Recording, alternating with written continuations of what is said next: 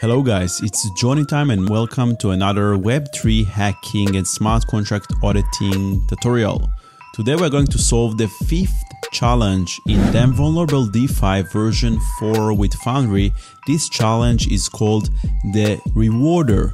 The Rewarder challenge is so unique, challenging and interesting, and it deals with Merkle trees, bitmaps and all kinds of reward distribution systems in DeFi. It's actually very hard challenge, and here you're gonna master the skill of finding and exploiting logical vulnerabilities in smart contracts. I explored some solutions and write-ups online of this new Damn Vulnerable DeFi 4 challenge, and I was actually surprised that most people didn't get it, or maybe they weren't able to explain it properly. And it literally took me 1 week to make this challenge work and finally understand it and understand how to explain it and break it down in this video. So be focused, watch it in a quiet environment, and lucky you in this video, you're gonna finally understand the fifth challenge and see how to solve it and how to pass it. Another important note is that this challenge needs to run with a bigger gas limit, and no one again wrote about it in write-ups and solution articles and so on, because it requires a lot of gas and you need to increase the limit of the Foundry framework. You can do that either by passing the gas limit parameter or modifying the configuration in the foundry.toml file. But more on that later when we get to the end of the exercise. So I'm super excited, and without further ado, let's get started.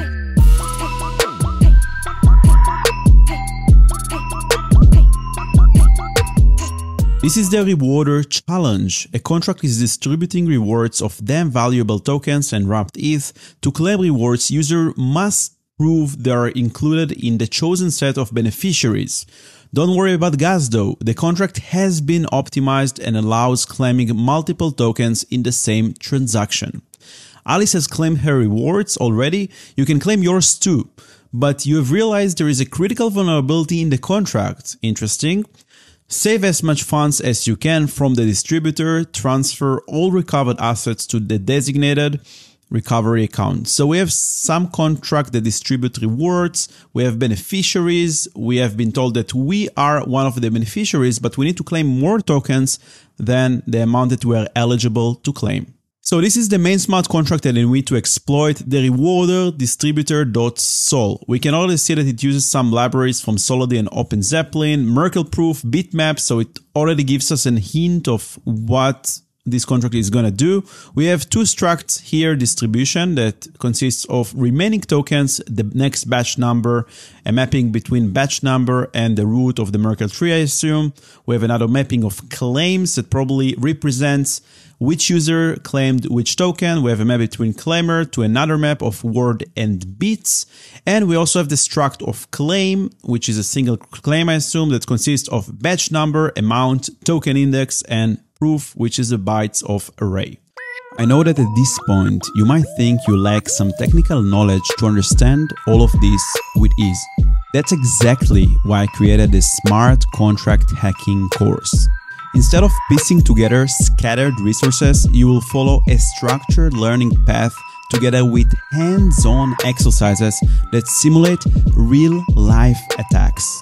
When you get stuck, our Discord community with security researchers and fellow students is there to help. And once you've mastered everything, you will earn an official certification to validate your skills. Transform from watching tutorials to actually understanding smart contract security. Visit our website to start your journey today. Jumping to the contract, we see that we use bitmaps, we see that the contract has an owner, we see a mapping of distributions and some predefined errors. We have some view functions over here and a create distribution function, which anyone can call. It's an external function, can provide token, new root and amount, and these tokens will be transferred to the smart contract and a new distribution will be registered so people can come and claim their tokens from the contract. So I assume this is the first step the owner did in order to create this distribution and distribute these rewards. We have another function called clean that is transferring all the tokens that are in the distribution mapping, all the remaining tokens, to the owner. Now, anyone can call this function, which is pretty weird and odd. I would say this is too powerful function that anyone can sabotage the distributions of tokens. So if I create a new distribution, anyone can call this function and then all the tokens will be transferred to the owner of this contract, which is a bit odd, a bit too centralized and weird because not only the owner can call it, but anyone can call it to sabotage and break distributions. If it was a real audit, I would give a comment here that this function is dangerous. Audit issue. This function is very centralized and dangerous. Anyone can call it and sabotage distributions. But this is not going to help us claim multiple tokens because we see that the tokens are transferred only to the owner. So we don't really care about it at this point. But if it would be an audit, I would give a comment about this function.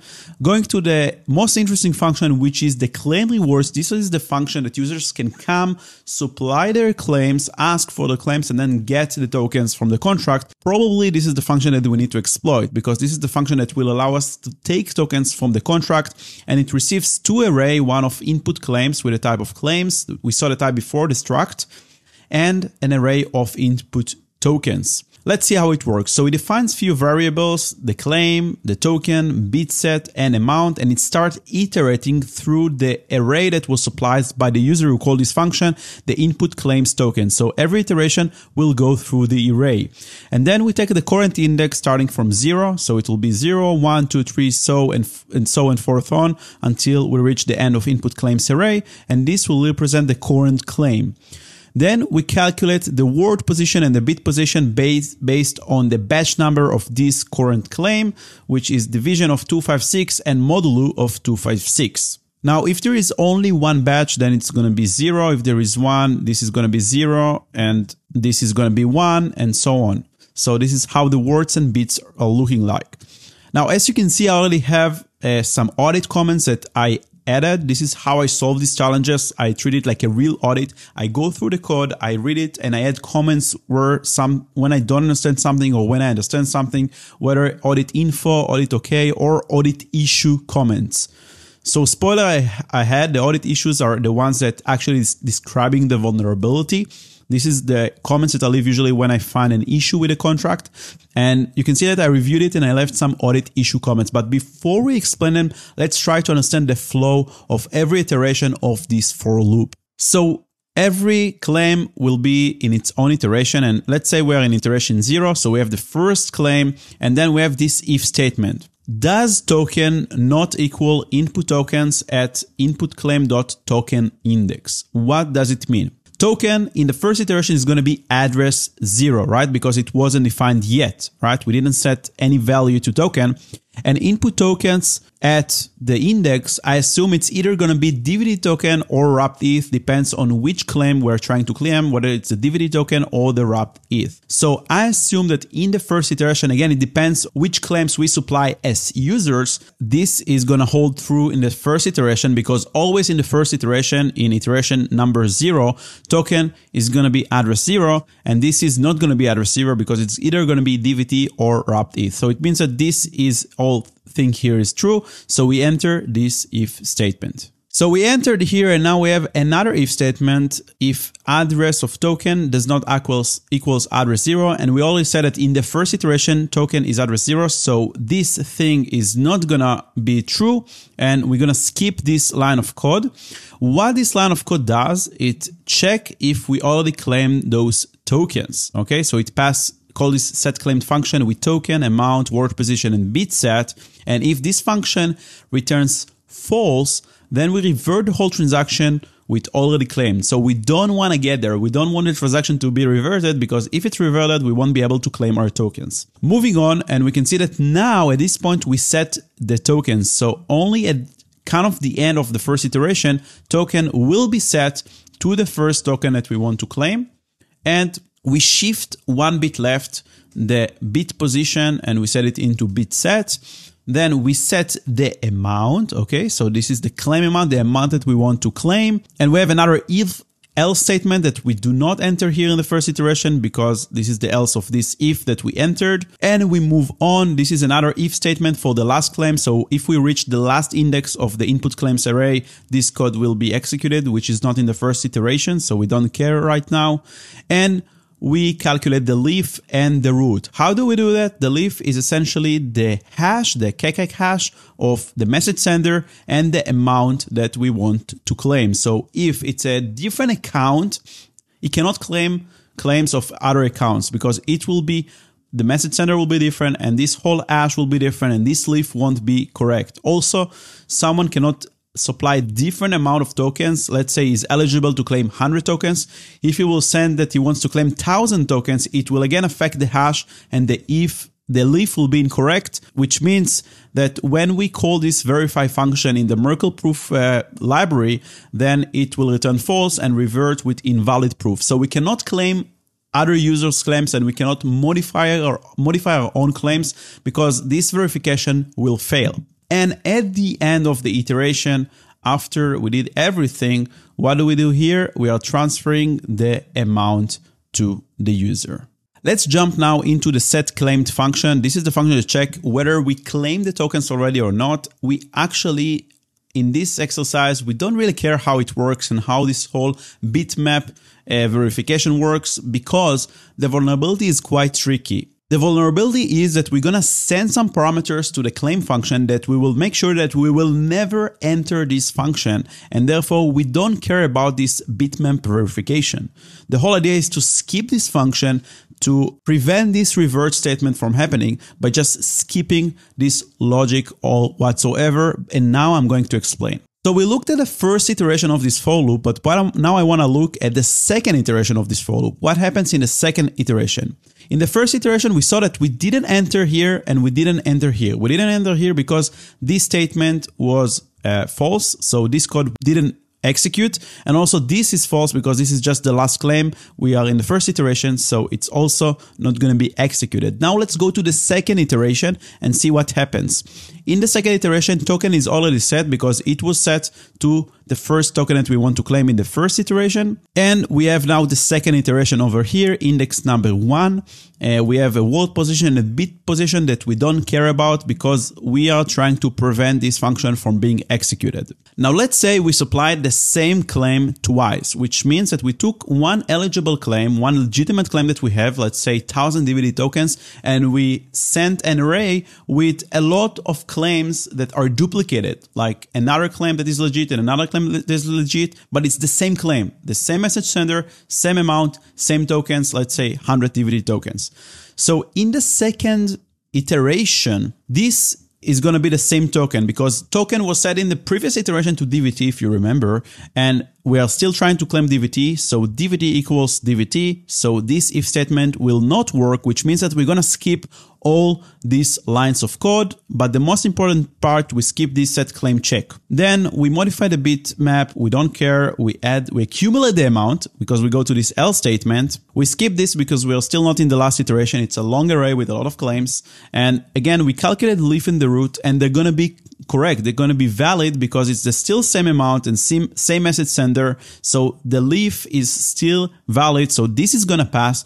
And what happens here? We're getting the tokens again. So we essentially skipping this set claim and already claimed revert statement just by supplying the same claim over and over again. And let's go to the next one. So let's say in the next one, we have another duplicated claim of 1,000 more DVT tokens. Now it's iteration index number 2, the third iteration. We have the third input claim. We don't care about this. We skip this one because the tokens are the same. So all this code block will be skipped. We accumulate the amount. This is skipped. We're still not in the last iteration. This will work because, again, the amount and the message sender are still valid. It's a valid leaf, valid proof. And again, we transfer the tokens again. So what do we understand here? Just by supplying malformed data of an array that includes of a lot of multiple duplicated legitimate claims that we are eligible for, we're able to trick this function and smart contract to skip this set claimed function whatsoever here and here, and send us the token over and over and over again, only with one legitimate claim. So this is a very interesting vulnerability, and this is how it works. And actually no one really explains it online. So I'm super excited that you can watch this video and finally understand this vulnerability. We don't care about the bitmap. Forget about the bitmap. Forget about the check. We are just skipping this condition by just submitting the same duplicated claim all over again, just because of these two crucial if statements that are broken in their essence. So now that we understand the contract and the vulnerability, it's time to exploit it. So we have this test file here, the rewarder.t.sol, where we have all the setup, all the deployments of the contracts. We can see all the addresses, all the constants. We have 1,000 beneficiaries, 10 DVT tokens to distribute, 1 ETH. We know here that Alice is index 2 in the claims list, and she has DVD tokens and wrapped ETH to claim. We set here some variable, and this is the setup. So we deploy the tokens, we load the leaves of the rewards. We loaded essentially 2 JSON files. So we have these 2 JSON files, DVT distribution and wrapped ETH distribution, that represent all the distribution, all the accounts that are eligible for tokens and how many tokens they are eligible for. Then we create a new Merkle contract. We get the root. We deploy the distributor contract. We approve to get the tokens from the distributor, and we create a new distribution of DVT tokens and wrapped ETH tokens. And here we are trying to claim rewards for Alice. So Alice is preparing the array of 2 tokens, DVT and wrapped ETH, because she is eligible for both. Token 0 is DVT, token 1 is wrapped ETH. She prepared an array of claims. She has 2 claims, so the length is 2. She inserted the first claim, batch number 0. DVT token that she's going to claim, token 0 because it's DVT over here in index 0, and she gets the proof. The index is here. Then the second claim is the wrapped ETH claim. She gets the ETH proof, and she sent transaction to claimRewards with the claims array that she prepared and the tokens claims array that she prepared. And we try to call again the claimRewards with the same claims, and we make sure that the transaction is reverted. And this is how we know that the system cannot really be tricked, because Alice is trying to claim twice in 2 different transactions, and she fails the second time. And now that we understand the setup and we understand the vulnerability in the claimRewards function, let's see how we can exploit it in the following test rewarder test. So what I did over here is, first I loaded the JSON files and decoded them as rewards. So we have an array of rewards, of DVT rewards and wrapped ETH rewards. The reward struct is defined a bit on the bottom here, struct reward. And by the way, if you get stuck, all the solutions that I'm showing here in these videos are in my public GitHub repository, JohnnyTime, Damn Vulnerable DeFi v4. Feel free to start it and fork it. And if you get stuck, you can just take a look at the solutions. So now we loaded the JSON files and decoded them into rewards array. Then we load the leaves using this load rewards function that is already prepared for us because we're using it during the setup. This function is essentially reading the JSON files and just creating hashes of leaves based on the address, the beneficiary address, and the amount. So it essentially takes every claim here and calculates its leaf by hashing it, and then we can send this hash to some smart contract. It's going to be the same leaf, same hash function. So that's what happens here in the load rewards function. Now I'm jumping back to my exploit, to my POC. So we were back here, and now my goal here is to find the index of the player account, our account, attacker account, in the JSON, because there are so many addresses here, and I could just print my player address and then search it manually in the JSON file and then see what index it is. Or I can just write a code that does it, and this is exactly what I did. So I defined variables here, the DVD amount of the player that he can claim, the proof of the player, the wrapped ETH amount, and the proof of the wrapped ETH. Then I iterate through all the JSON of DVT rewards, and I search for the player address. Once I found the right index, the right I, when beneficiary equals the player address, I know that this is the right index of the player, so I can set all this variable of the amount of DVT, wrapped ETH, proof, and wrapped ETH, and I can break the loop because I don't care. I don't need to continue to search over the JSON file. I already found the player index. Now I assume that both JSON files are same in length and same in indexes, so that's why I need to iterate only once through the DVT JSON, and I can set both of them together. Here I have some sanity check to make sure that we got amount and wrapped ETH from JSON. It needs to be greater than 0. If not, something went wrong through this JSON search. And here I'm starting to prepare my exploit, my actual attack. So this is going to be the array of tokens that I'm going to send to the function. The first token that we want to claim is DVT, and the second one is wrapped ETH. And now it's the tricky part. How do we actually prepare this malicious input claims array with a lot of duplicated claims of DVT and wrapped ETH that we are going to send to the claimRewards function? First, we need to understand what is the length of this array that we want to send.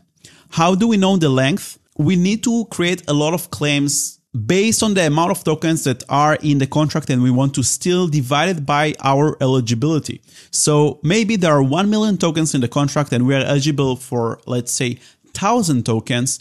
If this is the case, it means that we need to create 1,000 duplicate claims and send them over and over again until we drain all the 1 million tokens.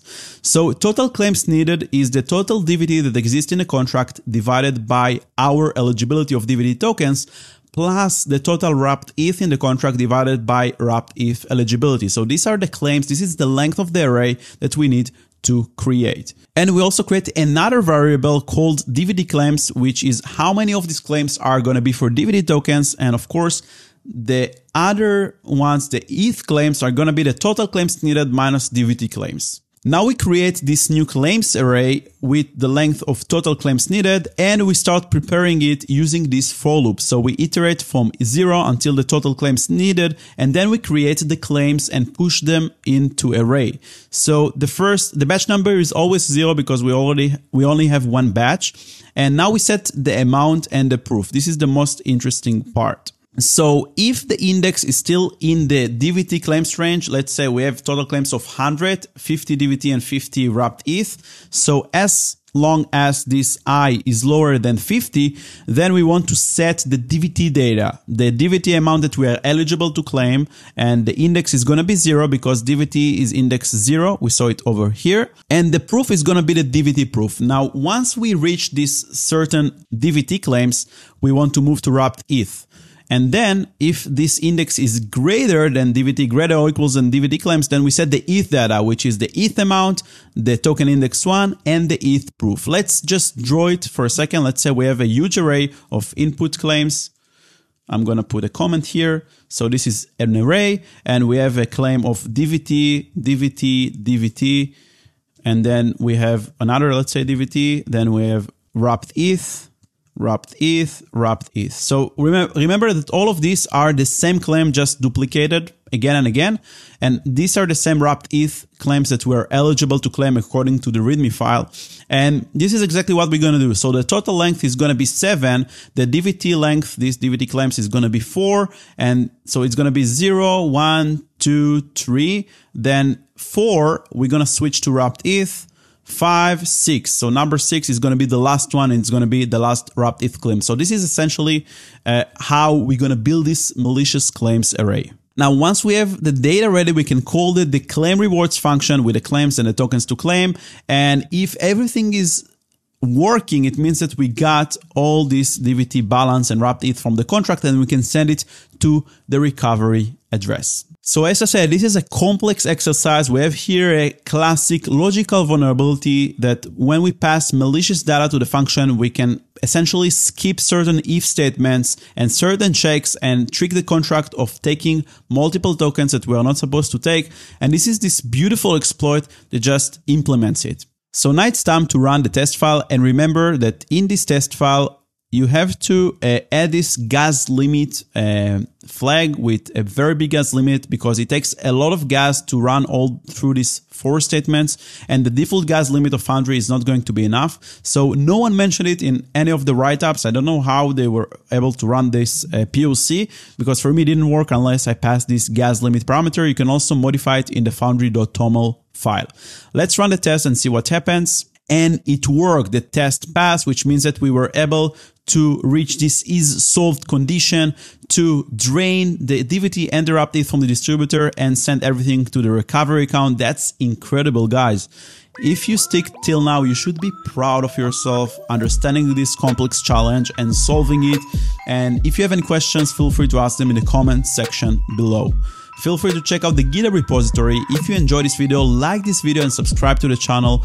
to get updates when I post the next solution and next walkthrough video, and in general more awesome Web3 content. Thank you so much, and I will see you in the next one. Bye bye.